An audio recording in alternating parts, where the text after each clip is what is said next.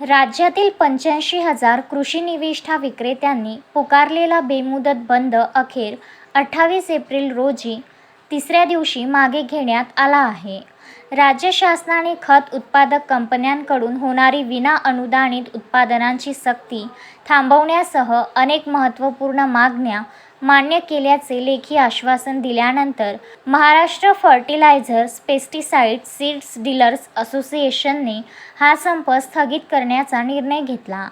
कृषी आयुक्तालय आणि माफदाच्या प्रतिनिधींमध्ये झालेल्या सकारात्मक चर्चेनंतर शासनाने धोरणात्मक निर्णय घेतले आहेत. अनुदानित खतांसोबत कंपन्यांनी इतर विनाअनुदानित उत्पादने विकण्यावर बंदी घालण्यात आली आहे.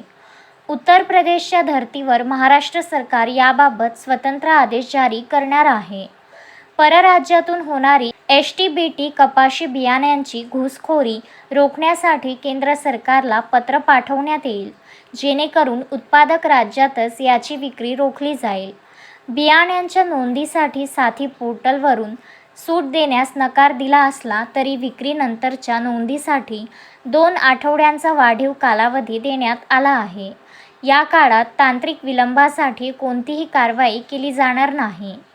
निविष्ठा अप्रमाणित निघाल्यास केवळ विक्रेत्यांवर कारवाई न करता हरियाणा उच्च न्यायालयाच्या निर्णयाचा अभ्यास करून नवी कार्यपद्धती निश्चित केली जाईल. नमुना तपासणी शुल्कासाठी शासनाकडून आर्थिक तरतूद करण्यात येईल. युरिया आणि DAP साठा आल्यावर निरीक्षकाची वाट न पाहता केवळ व्हिडिओ रेकॉर्डिंग करून विक्रेत्यांना तातडीने विक्री सुरू करता येईल.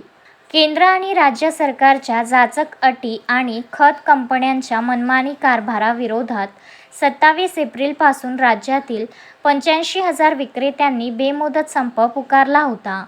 ऐन खरीप हंगामाच्या तोंडावर विक्रेत्यांनी दुकाने बंद ठेवल्याने शासनाने याची गंभीर दखल घेत मंत्रालयात तातडीची बैठक बोलावली होती.